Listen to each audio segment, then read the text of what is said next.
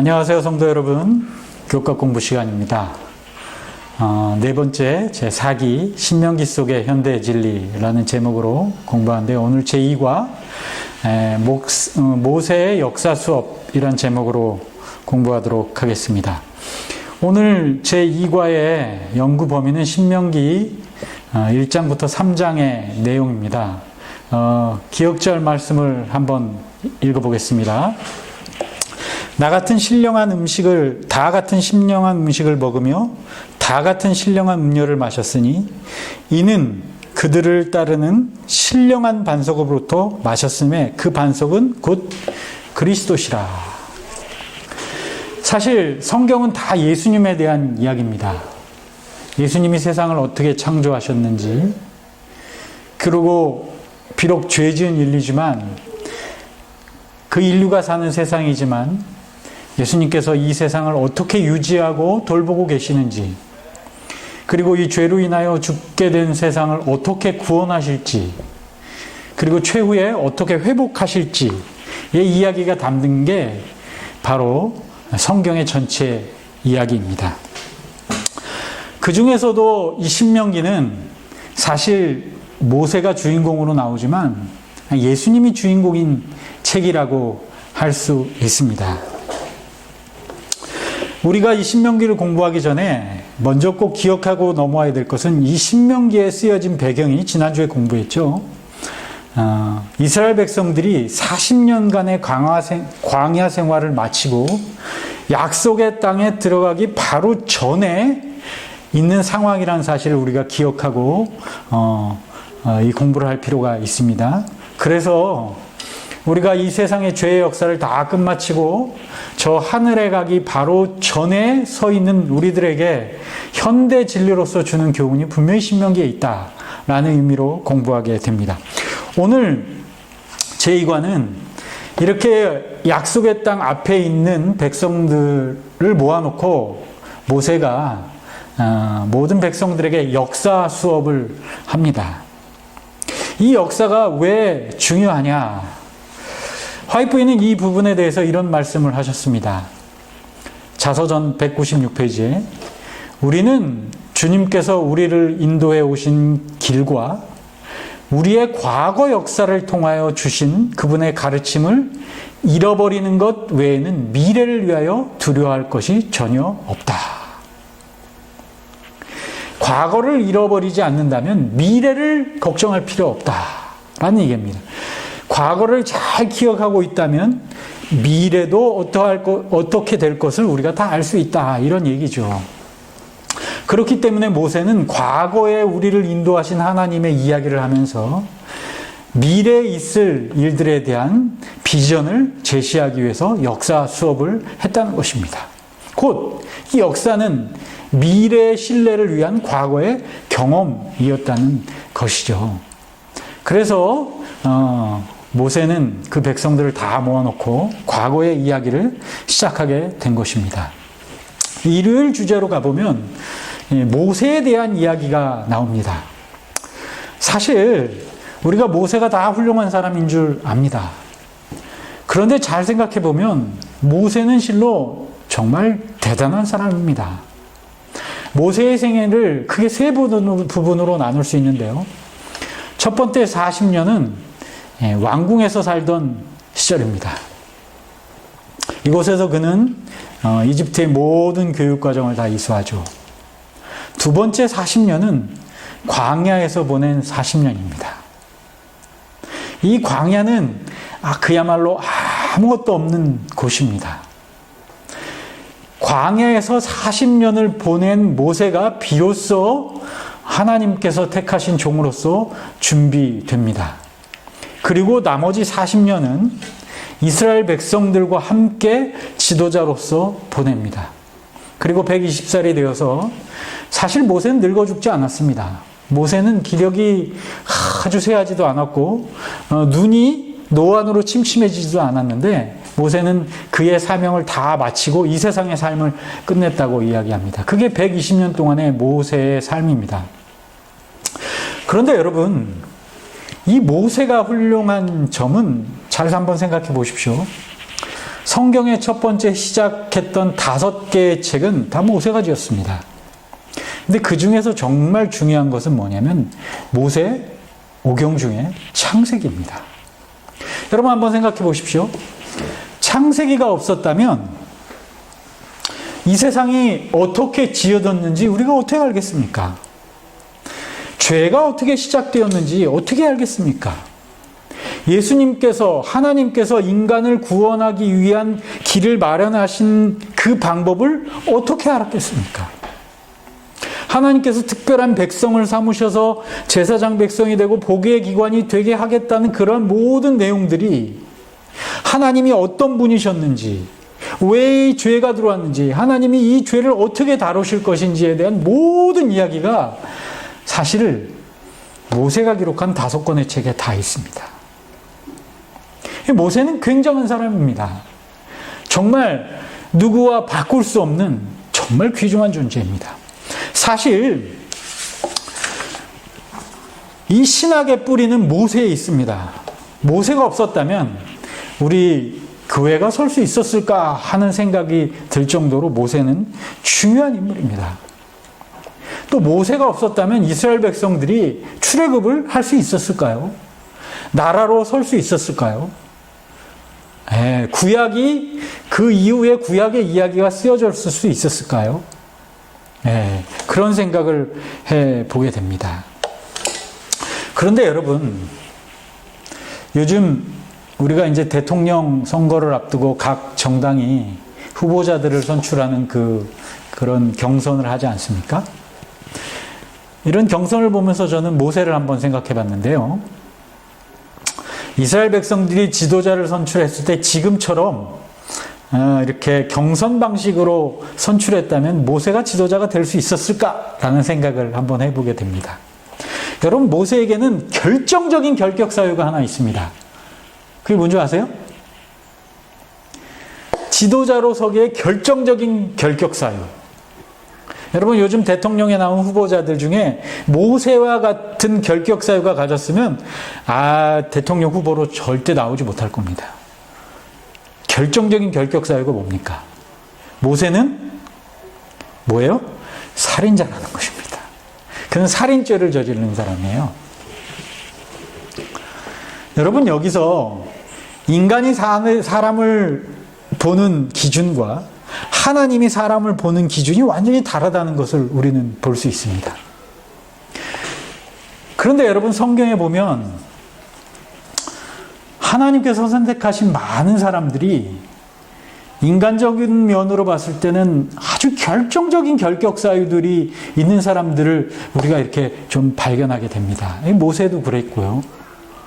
다윗도 그렇죠. 다윗도 살인죄를 저질렀던 사람이고, 예수님의 수제자였던 베드로는 예수님을 거절했던 사람 아닙니까? 바울은 또 어떻습니까?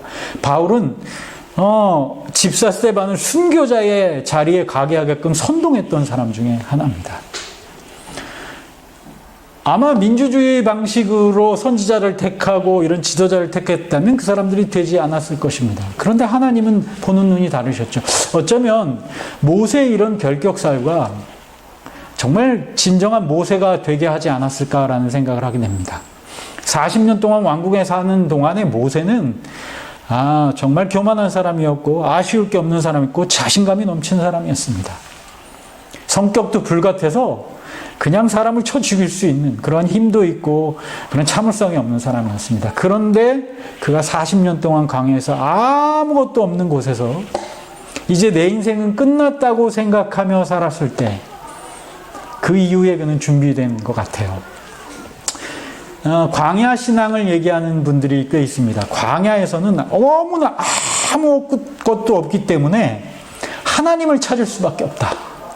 모세가 아마 40년 동안 광야에 살면서 왕궁에 있었던 40년 삶을 다 깨끗이 청소하고 새로운 사람으로 태어나지 않았나 이런 생각을 해봅니다. 여러분, 그래서 여기서 한번 생각해 볼 것은 우리가 사람을 평가할 때 과거에 있었던 어떤 행동이나 편견을 가지고 선입견을 가지고 그 사람을 평가하는 건 그다지 좋은 것은 아닌 것 같습니다.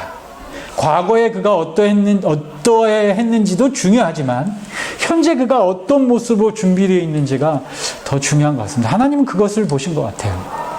한편으로는 모세가 과거에 그런 결격사유가 있었기 때문에 더더욱 열심히 하나님을 찾고 그가 겸손하게 살지 않았나 이런 생각을 해보게 됩니다. 근데 여러분 결정적으로 모세가 훌륭한 점이 있습니다. 그것은 뭐냐면 시내산에서 십계명을 받은 이후에 이스라엘 백성들이 황금으로 송아지를 만들어서 하나님 대신 섬기기 시작합니다.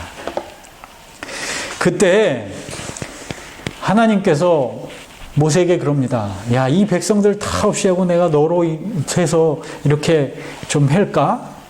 그럴 때 모세가 엎드려 기도합니다. 하나님, 이들의 죄를 사하여 주십시오. 이들을 용서하여 주십시오. 이들 대신에 제 목숨을 거둬 주십시오. 이런 이야기를 합니다. 여러분, 이거는 그들의 죄를 자기가 책임지겠다는 하나님의 마음인 것이죠. 모세가 훌륭한 점은 모세는 예수님의 마음, 하나님의 마음을 닮은 사람이었다는 사실이 정말 훌륭한 것입니다. 모세가 어떻게 이럴 수 있었을까요? 여러분, 오늘 제가 우리 교과 시간에 이렇게 제가 일방적으로 하기 때문에 같이 토의할 수는 없지만 여러분에게 생각할 주제를 한번 드리겠습니다. 우리는 모세처럼 이렇게 할 수 있을까? 아니면 예수님과 같은 마음을 우리가 받을 수 있을까? 한번 생각해 볼 필요가 있습니다. 근데 증언의 말씀에 보니까 모세가 그렇게 이스라엘 백성들의 죄를 대변할 수 있었던 것은 이스라엘 백성들에게 깊은 사랑과 관심이 있었다라고 이야기하는 것입니다. 그러니까 우리가 다른 사람을 위해서 목숨을 내놓을 정도로 그렇게 그런 마음을 가지려면 그 사람의 깊은 관심과 사랑이 있어야 된다라는 것을 얘기하는 것이죠. 여러분 주변에 있는 사람들에게, 여러분의 이웃에게, 여러분의 교우들, 직장 동료들, 가족들, 우리가 얼마나 깊은 관심과 사랑이 있는지 한번 생각해보고 우리도 그런 마음을 가지려면 어떻게 더 사랑해야 되는지 한번 생각해보면 좋겠습니다. 월요일 주제인데요. 모세가 설교를 시작하면서 40째 해라는 말로 시작합니다. 여러분 어떻게 생각하세요? 과학과 신앙은 같은 길을 가고 있습니까? 대척점에 서 있다고 생각하십니까? 많은 사람들이 신앙은 과학적이지 않다고 생각을 합니다. 과학과 신앙은 멀리 떨어져 있다고 생각을 해요. 그 이유는 오늘날 우리가 과학이라고 생각하는 여러 과학적 지식들이 성경과 동떨어진 그릇된 사실들을 좀 이야기하는 것들이 있기 때문에 그렇습니다. 대표적인 게 진화론 같은 것들이죠. 그러면 정말 신앙은, 이 성경은 정말 과학과 동떨어진 이야기인가? 여러분, 근데 사실 우리가 세상에 되어져 가는 것들, 세상 천연계 만물을 잘 살펴보면요, 이 세상에 있는 모든 것들이 굉장히 치밀하고 정확하고 조화있고 균형되게 운영된다는 것을 볼 수 있습니다. 여러분, 우리의 몸이나 모든 생명체들이 가진 기능들이 아주 고도로 정밀하게, 고도로 여러 가지 기능들을 가진 이런 지체들로 만들어졌는데요. 이것들 중에 하나만 고장나도 이것이 작동하지 않는 것입니다. 제가 요즘 이 목에 디스크가 와서 아주 불편함을 많이 겪고 있는데요. 제가 이 목에 디스크가 온 부분이 많이 고장난 게 아닙니다. 아마 현미경으로 보아야만 요만하게 보일 만큼의 어떤 뭐가 염증이 하나 있는 것 같아요. 그게 신경을 건들면 운동도 하기 힘들고 발이 저리고 막 이렇게 되는 거예요. 창조과학자들은 이것을 환원 불가능한 복잡성이라고 이야기하는데요. 진화론자들은 어떤 이렇게 생명의 어떤 기능을 하는 어떤 지체들이 생겨나기 위해서는 조금씩 진화되었다고 그러는데요. 실제로 보면 아주 고도의 기능을 가지고 있는 눈이라든지 이런 신체 기관들은 뭐 하나만이라도 안 되면 나머지 것들은 아무가 의미가 없는 것입니다. 그렇게 얘기하고 있어요. 그래서 모든 것이 한꺼번에 생겨나지 않으면 의미가 없다는 것입니다. 이것은 뭐냐면 우리의 창조세계의 모든 것들은 어떤 치밀한 설계자에 의해서 계획됐다는 것이죠. 그러니까 하나님은 대충이란 건 없다는 것입니다. 고도로 정밀하다는 것을 얘기하고 있습니다. 오늘 모세가 이스라엘 백성들을 다 모아놓고 첫 번째 이야기로 뭐 하냐면 40째 되는 해라는 이야기를 합니다. 이거는 가데스 바네아에서 그들이 하나님을 배역한 이후에 40일 동안 정탐한 시간만큼 너희가 40년을 광야에서 살게 되었다는 예언이 정확히 떨어진 그 해라는 것을 이야기하는 것입니다. 하나님께서 얼마나 정확하게 우리를 인도하고 계신지 하나님의 말씀은 항상 정확하다는 것을 이스라엘 백성들에게 주지시키는 것입니다. 여러분 사실 성경에 읽어보면 과거에 있었던 예언들, 다니엘서나 이런 예언들이 얼마나 정확히 예언이 성취돼 가고 있는 것을 우리는 과거의 역사를 통해서 다 볼 수 있습니다. 모세도 마찬가지입니다. 이스라엘 백성들에게 하나님은 정확하신 분이다. 그렇기 때문에 너희에게 미래를 맡겨도 된다라는 말을 하기 위해서 제일 처음으로 하나님께서 40년 전에 약속하셨던 40째 되던 해가 되었다라고 이렇게 이야기하고 있는 것입니다. 여러분 이런 이야기를 들으면서 우리는 앞으로 하나님께서 약속하신 미래의 일들에 대해서 의미 있게 생각할 필요가 있습니다.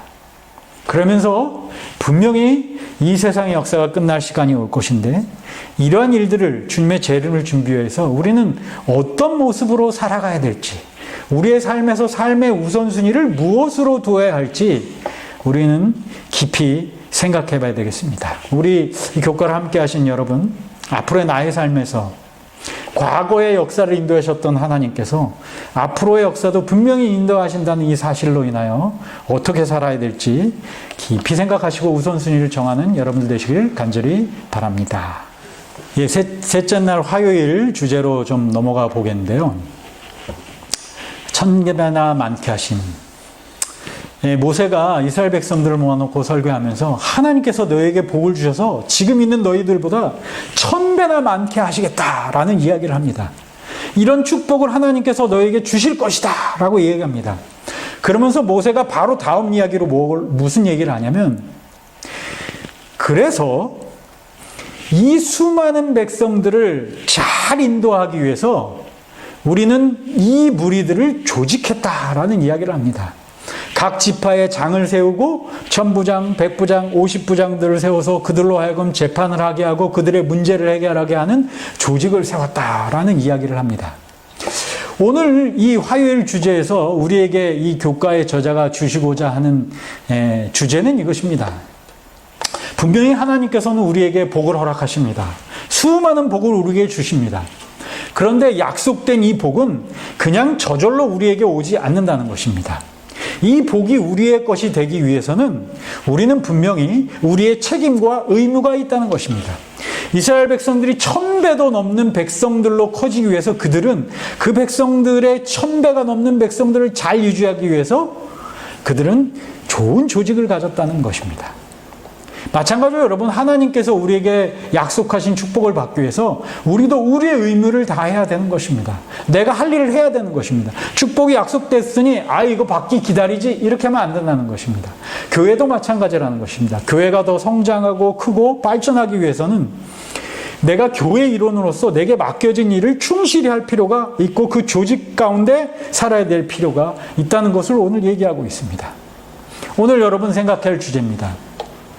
나는 하나님께서 분명하게 마지막 백성인 우리에게 주신 수많은 축복들을 내 것으로 만들기 위해서 우리 교회에 소속된 일원으로서 내가 소속된 직장 일원으로서 나는 어떻게 내게 맡겨진 사명에 최선을 다할 것인가.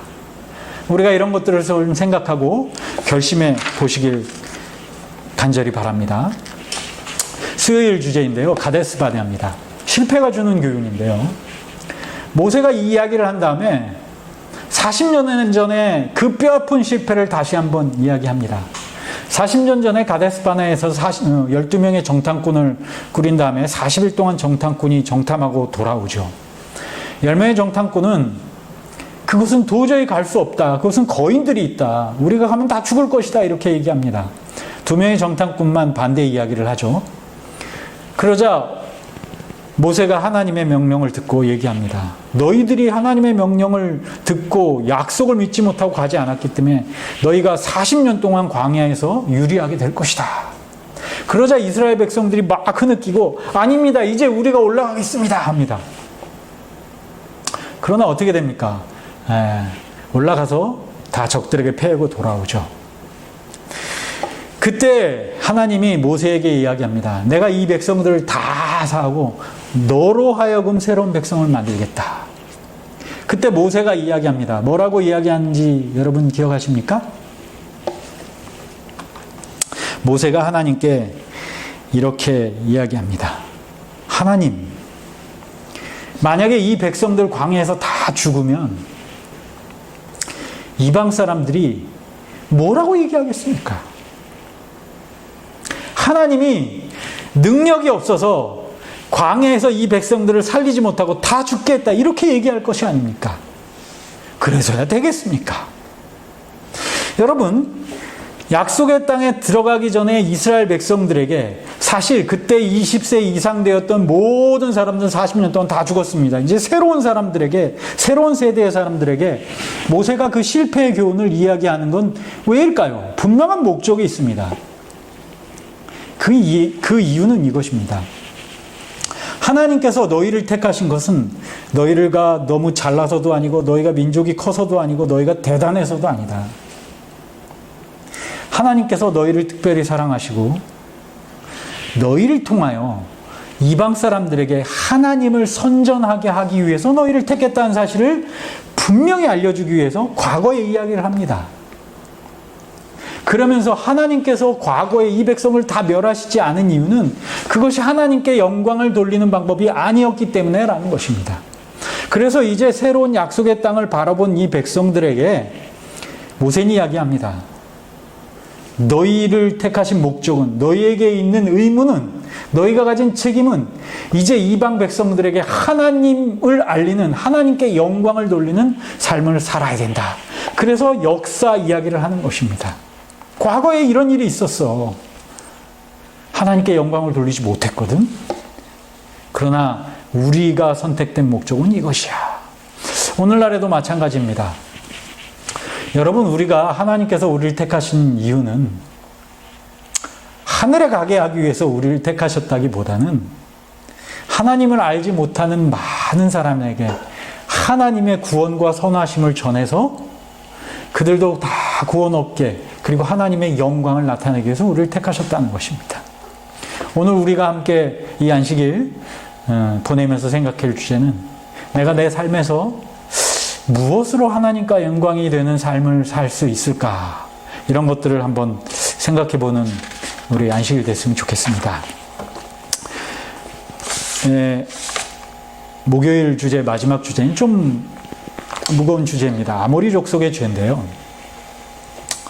모세가 그 다음 이런 이야기를 합니다. 아모리 백성들이 다 죽었던 이야기를 하는데요. 사실 이 아모리 족속은 이스라엘 백성들과 좀 악연이 있는 백성입니다. 40년 전에 가데스 바네아에서 반역을 한 이후에 이스라엘 백성들이 그래도 우리가 올라가서 저 땅을 차지하겠습니다 해서 올라가서 첫 번째 만난 백성이 누구냐면 아모리 사람들입니다.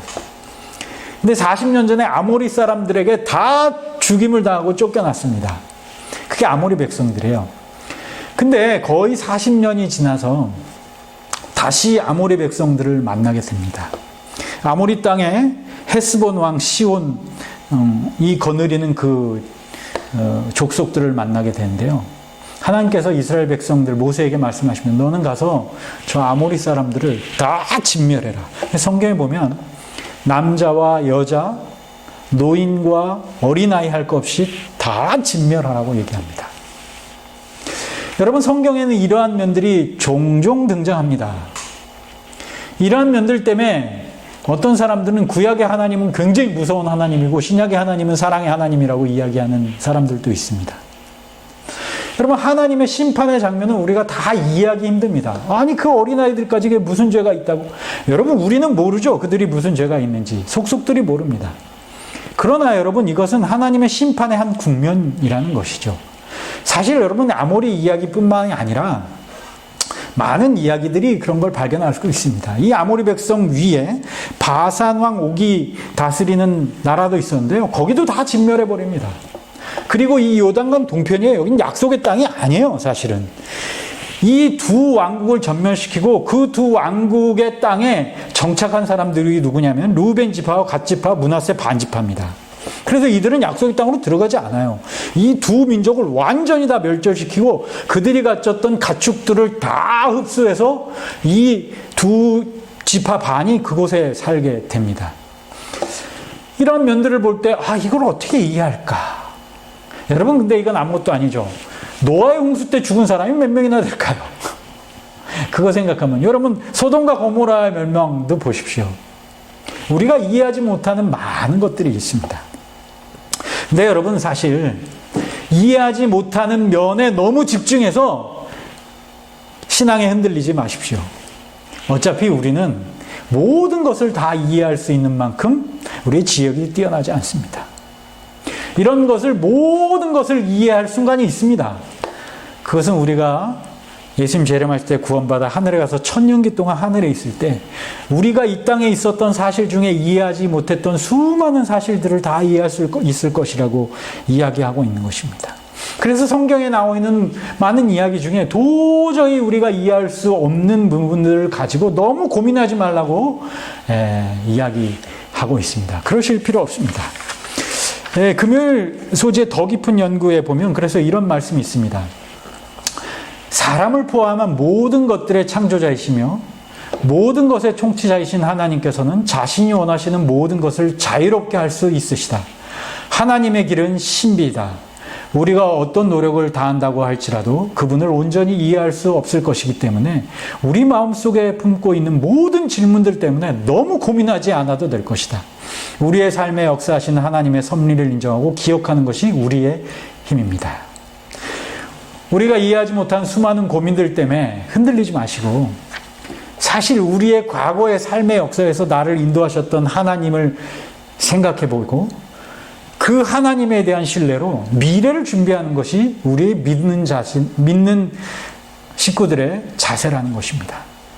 여러분, 마지막으로 교과를 마치면서 여러분 과거의 생애 동안에 하나님께서 분명히 이건 인도하셨다는 그런 경험이 있으면 여러분 그 과거의 경험들을 새기시기 바랍니다. 왜냐하면 과거의 역사는 미래의 신뢰를 열어주는 열쇠이기 때문에 그렇습니다. 모세가 이스라엘 백성들을 모아놓고 약속의 땅에 들어가기 전에 과거에 우리를 인도하신 하나님에 대한 이야기를 했습니다.